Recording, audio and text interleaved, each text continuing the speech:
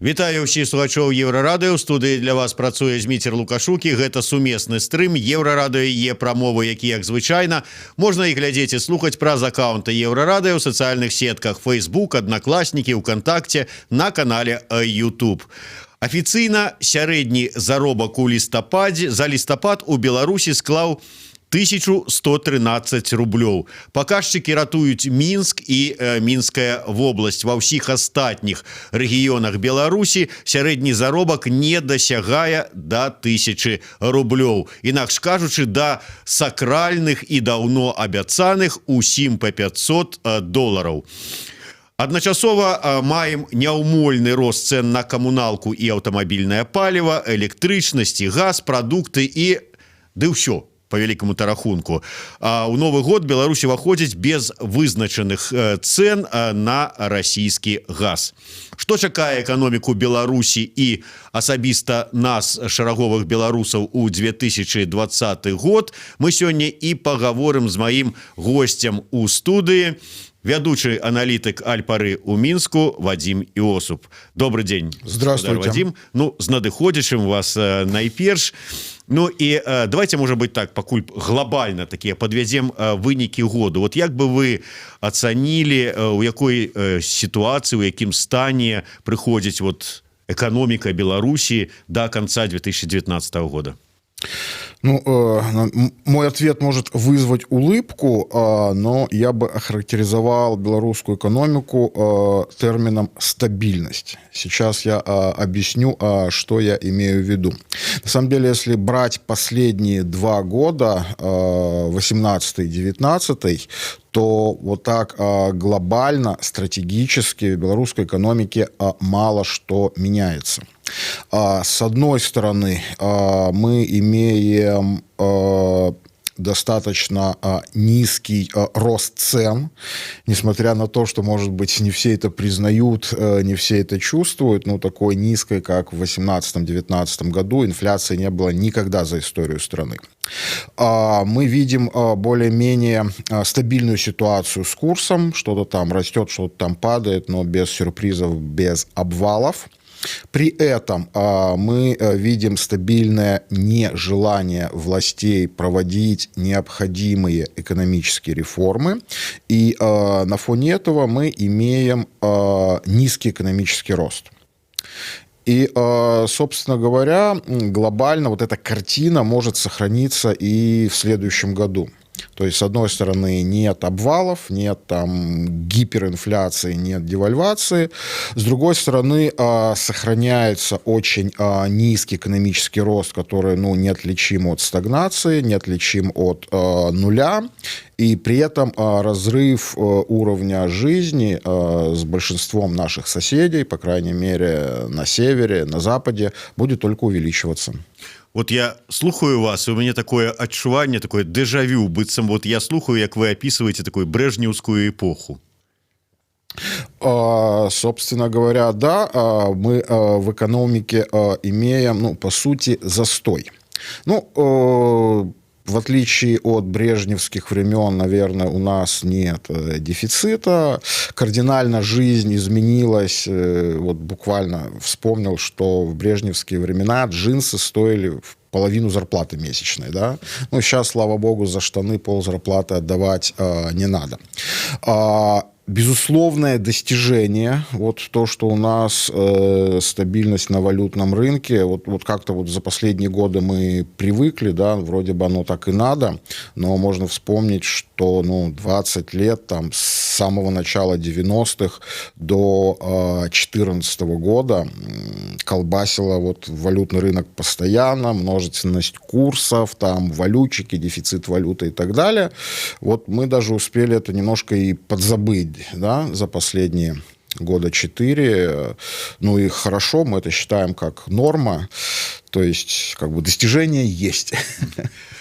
Вот вы описывали, что в принципе так все стабильно такое вот, и у той же час сказали про тое, что не праводзяцца, стабільна не праводзяцца неабходныя рэформы ў эканоміцы. Калі у нас все так стабільна, калі без всяких вот як у горшы, так і ў добры бок, без розных таких рэзкіх зрухаў, то можа быть і не трэба ніякіх рэформ.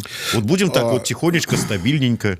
Ну, тут как бы надо правильно понимать термин «стабильность», да, может быть, я недостаточно вложил сарказма в это слово, потому что действительно у нас стабильно не происходят реформы, и стабильно нет серьезного экономического роста, который, ну, просто обязана показывать развивающаяся страна, которая догоняет другие страны.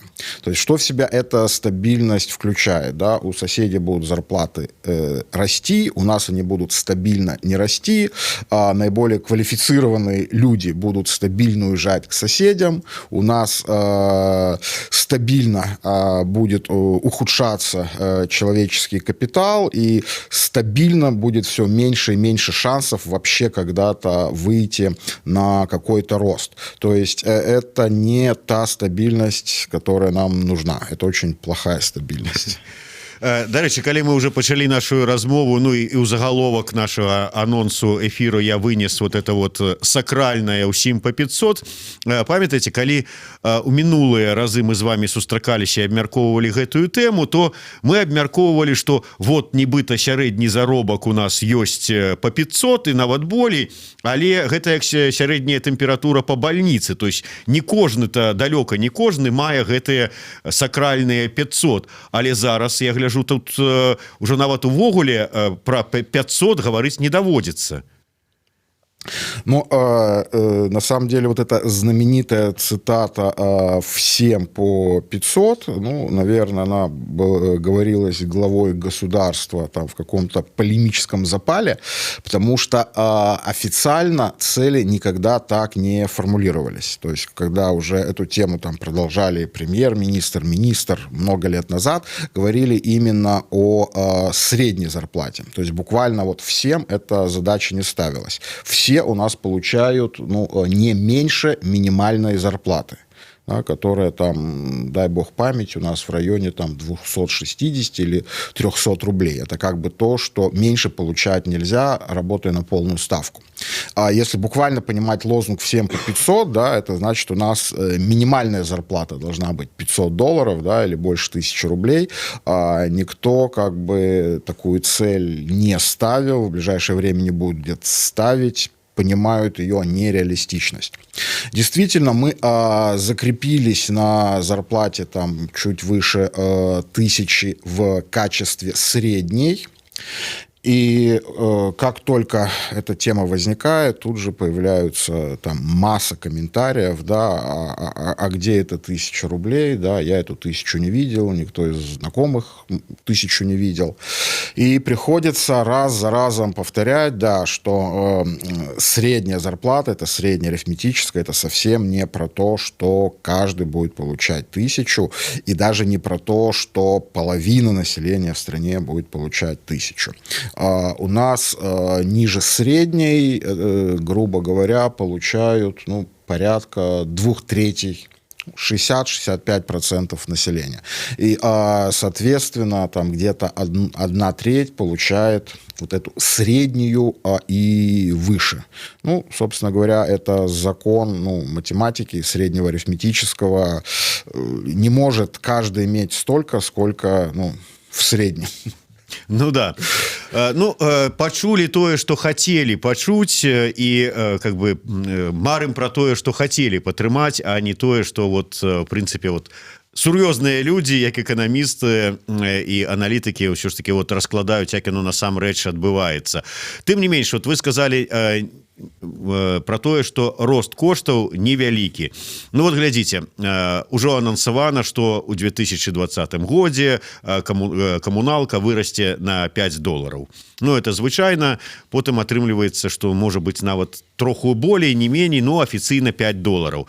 За 2019 год 27 разоў, по-моему, бензин даражэў по 1 копейке кожны раз. Ну, то есть агулам 27 копеек. Конечно, не заўважна, калі вот это один раз. Калі вот так подлічыць агулам, добра так атрымліваецца. Зараз уже маем про тое, што з 1 студзеня падаражэе газ, вот у наших домашних газовых плитах, так бы мовіць, падаражэе электрычнасць.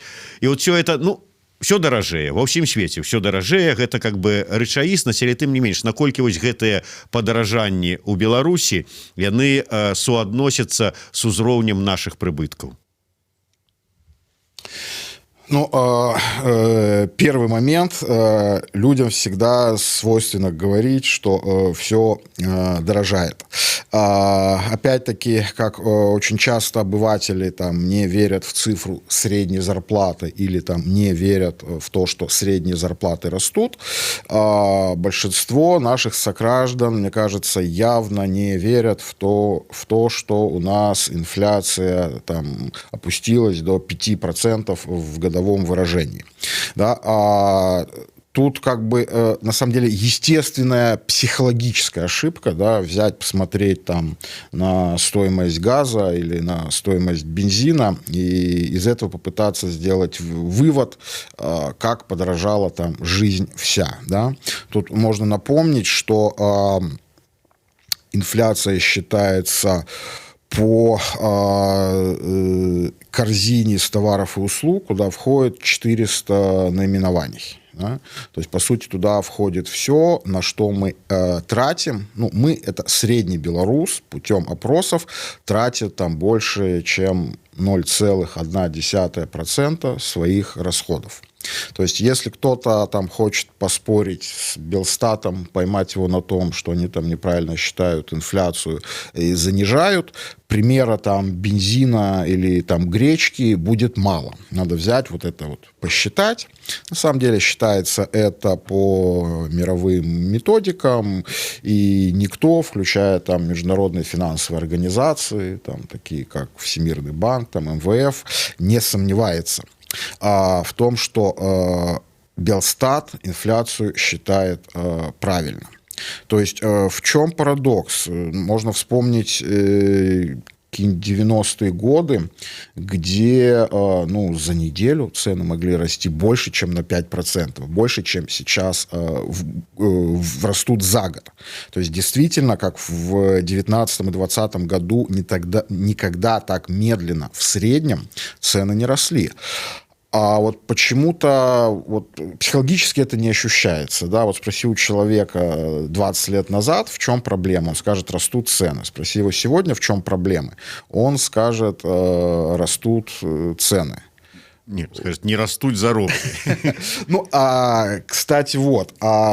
Естественно, что вообще говоря, сопоставлять разумно и цены, и заработки, и их совместную динамику. И вот для этого есть такой показатель, как реальная зарплата, или там считают, например, реальные располагаемые доходы населения. Доходы, кроме зарплаты, это пенсии, стипендии, пособия и так далее. Но на самом деле, что один, что другой показатель показывает рост на 7% в год. То есть рост средних доходов на 7% обогнал рост инфляции. Ну, чтобы было понятно, можно сказать, вот там инфляция выросла на 5%, номинальные доходы в рублях выросли на 12%. Вот, значит, мы стали реально на 7% богаче, то есть при нынешних доходах и нынешних ценах сейчас на среднюю зарплату можно купить там, на 7% больше товаров и услуг, чем год назад. Проблема все та же, это средняя величина, и далеко не каждый белорус ощутил на своем кошельке там, рост в 12% в номинальном выражении или на 7% в реальном выражении с учетом инфляции. Это вот про такого абстрактного среднего белоруса. Вот вы прыгадали про тое, что курс долара застаецца больш-менш стабільны, там нейкія ваганні ёсць, але яны зусім незначныя. І я вот прыгадываю такі паўжарт, калі там кажуць там колькі гэта каштуе, ты мне ў доларах кажы, да, як ты ж у Беларусі. То есть беларусы привыкли все в долларах. Я вот зараз до росту заробку просто часам вот пойдзеш там у краму ці там за нейкія там паслугамі там пастрыгся, да прыкладу, раз там на 2 рублі падаражэла ўсё там стрыжка там у адным і тым жа месцы. І кажаш, ну вот колькі было стока, стало стока. А чаму так? Долар же ж не вырас. Чаму вот выраслі вот паслугі ці там кошты там на нейкія прадукты? Вот з чым звязана? Вот вы можете патлумачыць? Да, ну, могу, по крайней мере, попытаться. Во-первых, инфляция, она есть в любой стране. Она неожиданно даже есть в США, где курс доллара в принципе не может поменяться, потому что там всегда $1 стоит ровно $1, да, ни выше, ни ниже. Тем не менее, цены растут. Инфляция – это естественный процесс. Ну, хорошо бы ее иметь не очень высокую. В разных странах разные цены по инфляции, цели по инфляции. В тех же США и Европе считается, что хорошо бы иметь инфляцию около 2%. А ниже это даже плохо, потому что экономика без инфляции, она вообще может попасть в глубокий кризис, потому что небольшая инфляция, она стимулирует потребление, там, стимулирует какую-то деловую активность. У нас инфляция, естественно, выше, но 5%. Есть страны, где там цель по инфляции может быть там 3-4% в год. То есть мы приблизились к 5%, это, в принципе, уже как бы приличные цели, ну, приличный уровень для мира, да, это не 100, не 200%. Цены растут, ну, на самом деле, растут они по разным причинам. Кстати говоря, одна из причин – это рост средних зарплат. Кстати, вот тут интересный фокус, да, когда средние зарплаты растут, плохо, когда они растут быстрее, чем растет экономика, или быстрее, чем производительность труда. И мы уже несколько раз с вами обсуждали, что рост средних зарплат – это не про каждого, да? У кого-то выросли, у кого-то не выросли. А вот то, что они в среднем растут и обгоняют рост экономику, это приводит к росту инфляции. А вот рост инфляции, он касается каждого. Причем даже более того, можно этот тезис усилить, потому что если взять самые низкооплачиваемые слои населения, вот этот рост средних зарплат их касается в меньшей степени, потому что, ну, в основном средние зарплаты растут, может быть, там, благодаря IT, там, благодаря там, банковскому сектору и так далее. А вот рост инфляции самых низкообеспеченных касается в первую очередь. То есть они от роста зарплат меньше всех получают, а то, что это приводит к росту цен, их это больнее всего бьет. Вот такая социальная несправедливость. То есть, ну, звычайно, ты той, кто... у выніку нейкіх вот працэсаў багатыя становятся яшчэ больш багатымі, а бедныя яшчэ больш беднымі. Атрымліваецца так? Но только я не хотел бы, чтобы эти слова воспринимались как призыв раскулачивать богатых. Не, ну это мы ни в якім выпадку. Я вот...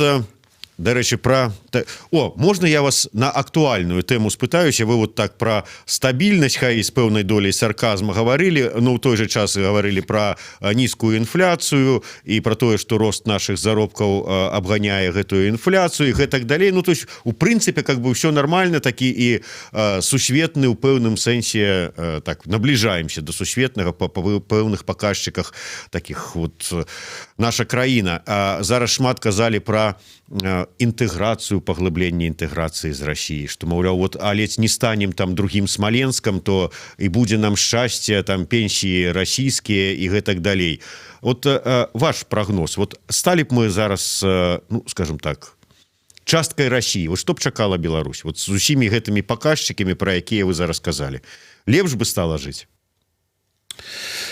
Ну, мы сейчас это будем, наверное, рассматривать с экономической точки зрения, потому что политический подход – это вообще отдельный пласт, да, насколько это нужно или не нужно, и почему это не нужно. Вообще говоря, опять же, средний обыватель белорусский, когда там говорит о жизни в России, мне кажется, он видит там картинку там, жизни в центре Москвы. Не вся Россия – это Москва, очень много депрессивных регионов, и многие регионы спасаются дотациями из центра. Причем кто-то этих дотаций получает больше, там, как, например, Чечня, да, а кто-то дотации получает меньше. И на самом деле вот сам факт вхождения в Россию, он мало что говорит о том, а как бы белорусы жили в России. Да. То есть получали бы мы дотации или не получали бы, и от этого там те же заработки, да, могут различаться в разы. То есть на самом деле, ну, если посмотреть, как живут российские регионы, то, мне кажется, более амбициозная цель догнать по уровню жизни эстонцев или поляков, чем там, догонять средний уровень жизни в России. Хотя, ну, он повыше, чем сейчас в Беларуси. Я некалькі удакладненняў вось чытаў сёння тэлеграм-канал «Экономика» і, скажем, што гэта азначае, вот патлумачце простай мовай. На 01.12.2019 доля валютнай кампаненты ў актывах беларускіх банкаў упала до 50%, у пасівах до 50,6%. Гэта самыя нізкія адзнакі за апошнія 4 гады. Вот самыя нізкія адзнакі это добро ці дрэнна? С моей точки зрения, это очень хорошо. Ну, немножко надо, наверное, пояснить слушателям. Что это означает? Пассивы, да, это ресурсы, которые банк привлекает. То, что он хранят депозиты населения, там остатки денег на счетах предприятий, то, что они, может быть, там привлекли из других банков и так далее. Активы банков, ну, по большому счету, это выданные кредиты, да? То есть это, грубо говоря, речь идет о проценте всех выданных кредитов, сколько в валюте, сколько в белорусских рублях, да? И пассивы это, ну, можно свести там грубо тоже к депозитам. Более высокая доля валюты говорит о валютизации, или, как раньше говорили, там, долларизации экономики. Чем это плохо? С одной стороны, ну, вот такой психологический момент. Чем выше долларизация, тем меньше доверия к национальной валюте, тем больше будут покупать иностранную валюту, и, значит, объективно, тем слабее будет национальная валюта. Это один момент. Другой момент, вот на экономическую жизнь, ну, по крайней мере, на ее финансовую часть пытается как-то влиять Национальный банк. Что может Национальный банк делать, да, в принципе? Ну, по большому счету это можно свести к одному глобальному инструменту. Национальный банк может влиять на ставки в национальной валюте. Там, по кредитам, по депозитам, выше они будут или ниже. На ставки в иностранной валюте, по сути, влияют мировые рынки. Там, или ФРС США, да, там глобально влияет на ставку по доллару. Получается, что когда высокая степень валютизации, часть нашей экономики, финансовой сферы занимает иностранная валюта, на которую Нацбанк вообще повлиять не может. То есть Национальный банк не влияет в принципе на серьезный кусок финансов, серьезный кусок экономики. И, соответственно, чем меньше вот эта долларовая часть, тем управляемее, да, с точки зрения белорусских финансовых властей, их возможностей, их инструментов, становится наша экономика. Поэтому это положительный процесс уменьшения доли валюты, рост доли национальной валюты. Ну, супакоілі, а то я ўжо пачытаў, нічога не зразумеў, але паспеў спалохацца. вы сказали, мы уже поговорили про тое, что вот ніякіх рэформ у эканоміцы не адбываецца.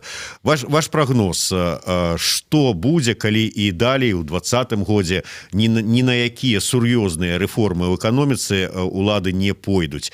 Гэты так званы, які ўжо праваліў у прынцыпе сваё званне рэфарматарскага ўраду, урад і надалей не будзе ў гэтым накірунку нічога рабіць. Чым это нам это пагражае, тому што эканамісты-алармісты кажуць, што ўсё такім чынам, калі не будзе рэформ, мы хутка тут усе памром разам з эканомікай беларускай. Ваш прогноз?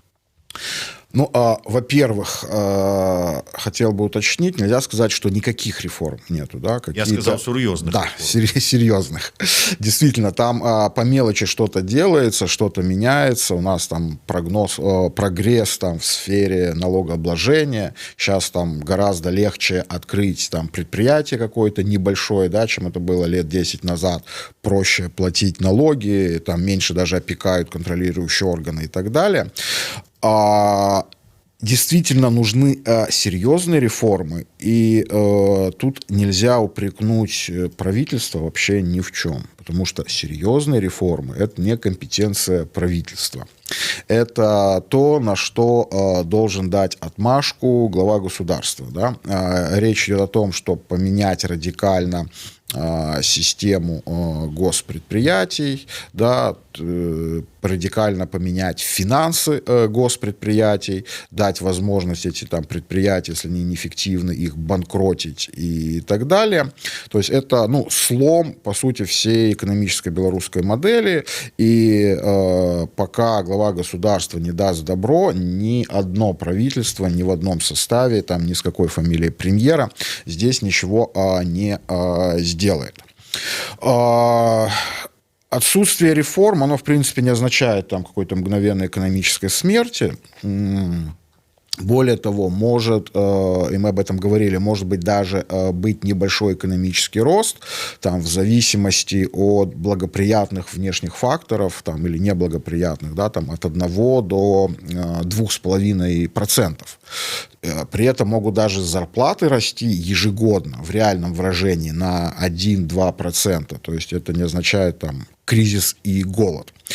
Проблема в том, что у наших соседей, ну, у некоторых, по крайней мере, экономика будет расти быстрее, зарплаты будут расти быстрее, все больше будет соблазна наиболее там хороших специалистов уезжать из Беларуси туда. И поэтому ничего хорошего это тоже не несет. Есть еще одна важная проблема, это проблема госдолга.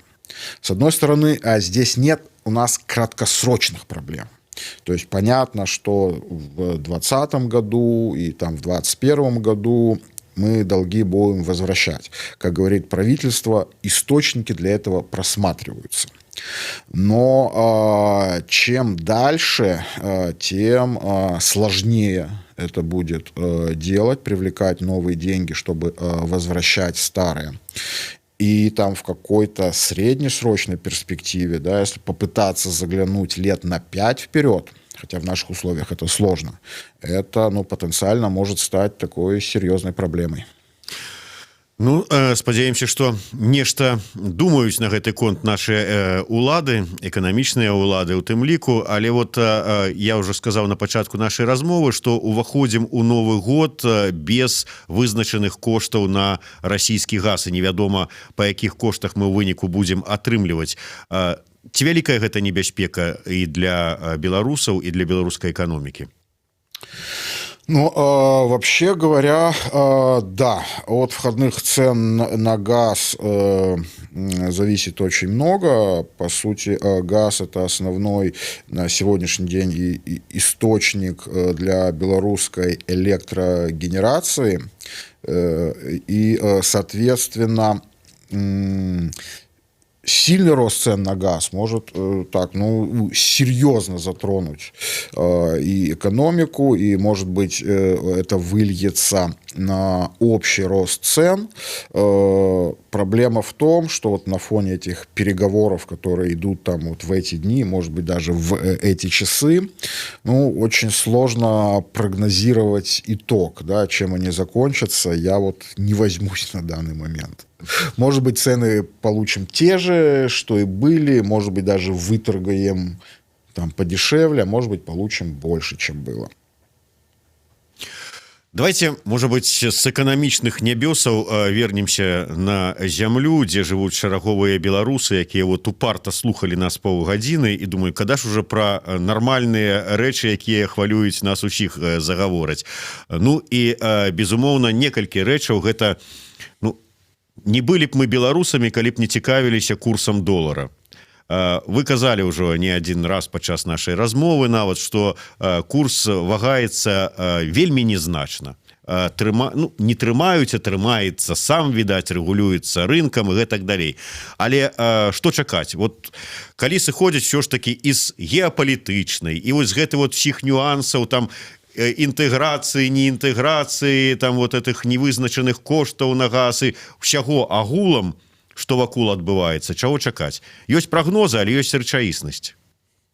Кстати, хочу начать с такого примечательного факта. По-моему, немногие на него обратили внимание. Вот закончился год, и доллар, и евро стоят дешевле, чем в начале года. Казалось бы, ну, вроде обычная вещь. Ну, перед Новым годом все сдают, поэтому банки наживаются. Впервые за всю историю Беларуси доллар в конце года стоит меньше, чем в его начале. Потому что в прошлом году, хоть не намного, но доллар там и евро подросли. В этом году они упали, но вырос российский рубль. Такая вот занимательная статистика. В целом, мне кажется, что валютному рынку, по большому счету, вообще ничего не угрожает, если сохранится вот та... ну, не будем говорить экономическая политика в целом, да, а вот, ну, финансовая политика, да, то, за что там отвечает Нацбанк, за что отвечает там в некоторой степени Минфин. Чтобы понять вообще, насколько стабилен белорусский рубль, при том, что его искусственно никто не удерживает, да, ну, проще всего смотреть на изменение стоимости корзины. Валютная корзина в прошлом году снизилась на 1 с копейками процента. В этом году валютная корзина подорожала на 2 с копейками процента. То есть, по сути, вот на единицы процентов в год меняется рубль, это большое достижение. То, что мы видим, что, там в этом году российский рубль вырос к белорусскому почти на 10%, а доллар упал. А в прошлом году, кстати, наоборот было. Доллар там на несколько процентов вырос, а российский рубль сильно упал. Это вообще как бы то, что происходит за пределами нашей экономики. Это колебание российского рубля к доллару и к нам вообще никакого отношения не имеет. В этом смысле...